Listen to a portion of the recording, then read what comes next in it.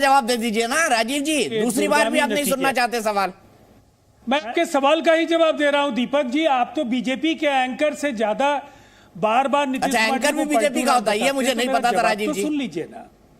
नहीं, मेरा जवाब ले लीजिए दीपक जी। थोड़ा अरे मुझे बीजेपी का बोल दीजिए भाई, दोनों को लड़ा करके। दादू जी का भी बोल दीजिए, नीतीश जी का भी बोल दीजिए। मुझे आपने कुछ समय दिया है सर, मैंने पहली बार भी आपसे ये सवाल पूछा, दूसरी बार भी आप उसको छोड़ के सब कुछ बोल देते हैं। मैं फिर से आपको टाइम दे रहा हूं, 90 सेकंड का लीजिए। बताइए, क्या आपके नारे के हिसाब से तेजस्वी यादव जी के लिए कुर्सी छोड़ने का वक्त नहीं हो गया नीतीश कुमार जी के लिए? फिर से टाइमर लगा दीजिए भाई राजीव रंजन जी के लिए।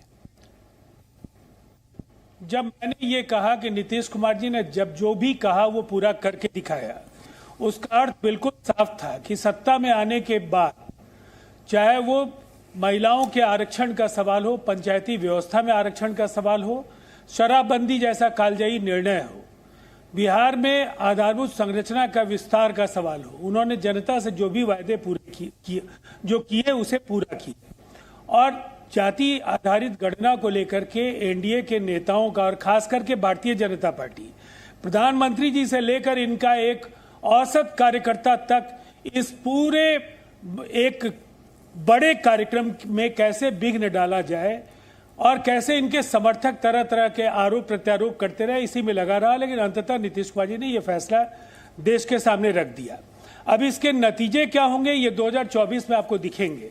और मैं एक बात कहूंगा, जो लोग नीतीश कुमार जी की शख्सियत पर सवाल उठाते हैं, उन्हें एलजेपी जैसी पार्टियों के या आरएलडी इस तरह की जो पार्टियां हैं, जिनके कितनी बार वो गए और कितनी बार आए, अगर वो नीतीश कुमार जी की बात करते हैं तो मौसम वैज्ञानिक किसको कहा गया था? सबसे बड़ी बात है, मौसम वैज्ञानिक जिस संदर्भ में कहा गया था दीपक चौरसिया जी, ये आप भी जानते हैं। और दूसरी तरफ भारतीय जनता पार्टी से क्यों नहीं एक बार पूछ लेते हैं? इतना साहस तो हमें जुटाना पड़ेगा कि इनके साथ कोई रहने के लिए तैयार क्यों नहीं होता है।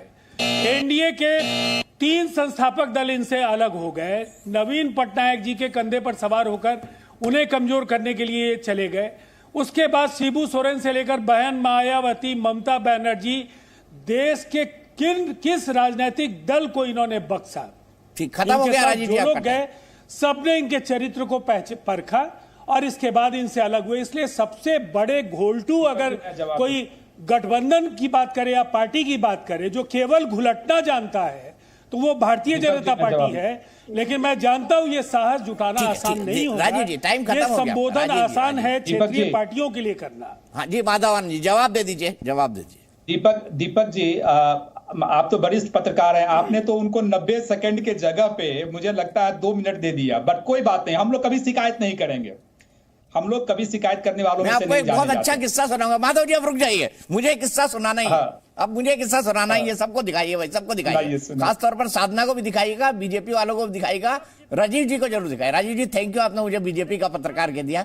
दरअसल दिक्कत हुई जब 14 एंकर की लिस्ट में मेरा नाम नहीं आया, तो मुझे मेरे दर्शक सवाल करके पूछने लगे, भैया आपका इस लिस्ट में नाम क्यों नहीं है? तो चलिए, आज आपने एक सर्टिफिकेट दिया, मुझे अच्छा लगा। मेरी बात से आपने अगर ये अर्थ निकाला तो मैं उसके लिए सॉरी मुझे आपने मुझे बीजेपी का पत्रकार कहा, चलो मेरे ऐसा मेरे कहने का अभिप्राय नंबर तो बड़े सवाल बीजेपी नहीं पूछती है, वैसे सवाल भी। अब मैं जवाब दे देता हूँ राजीव भाई ने बड़ी शालीनता से कहा कि एलजेपी या हमारी पार्टी के बारे में कहा कि कब ये लोग कहां जाते हैं कोई पता नहीं होता है। 2 दिन पहले मैं दीपक जी आप ही के शो पे मैंने कहा था कि अगर नीतीश कुमार जी के राजनीतिक जीवन का अगर आप इतिहास अगर खंगालेंगे तो अभी तक 14 से 15 बार पलटी मारे हैं। और पलटी मारने में सिर्फ गठबंधन ही चेंज नहीं किया है, कई बार नई पार्टी भी बनी है। अगर पूरा आप इतिहास रच लीजिए तो जो खुद पलटी मार जैसे मारने के लिए जाने जाते हैं और पूरे भारतवर्ष में पॉपुलर है कि पलटू मार चाचा, जिसका संज्ञान जो है उन्होंने तेजस्वी यादव जी नहीं दिया, लेकिन वो दूसरे के बारे में बात करते हैं। तो राजीव जी की मजबूरी जरूर है, स्वाभाविक है, उस पार्टी में अपने नेता को डिफेंड करना है। और अगर हम लोग पलटी मारते हैं राजीव जी तो चाचा से ही सीखे हैं, क्योंकि उपेंद्र कुशवाहा जी की राजनीति चाचा से ही स्टार्ट हुई थी, साथ में मिलकर ही काम किए थे। जब चाचा पलटी मार सकते हैं, जो विश्व प्रसिद्ध है पलटी मारने के लिए, कब पलट जाए किसी को नहीं पता होता, आपको भी नहीं पता होगा। तो आप दूसरे पे बोलने से पहले थोड़ा सोचने का ऐसा सवाल बोल के राजीव जी को 10 सेकंड में मत डालिए। एक मिनट अब राजीव जी ने कहा आप ऐसा बोल के कि शराबबंदी- आपको भी नहीं पता होगा, अरे सुन लीजिए, नीतीश कुमार की दुआ किसको भी नहीं पता होता वो क्या करने वाले। सुन लीजिए, नवल किशोर जी से राजीव पूछ जी लीजिए, सुनिए। नवल किशोर जी आपको पता है कि किस दिन वो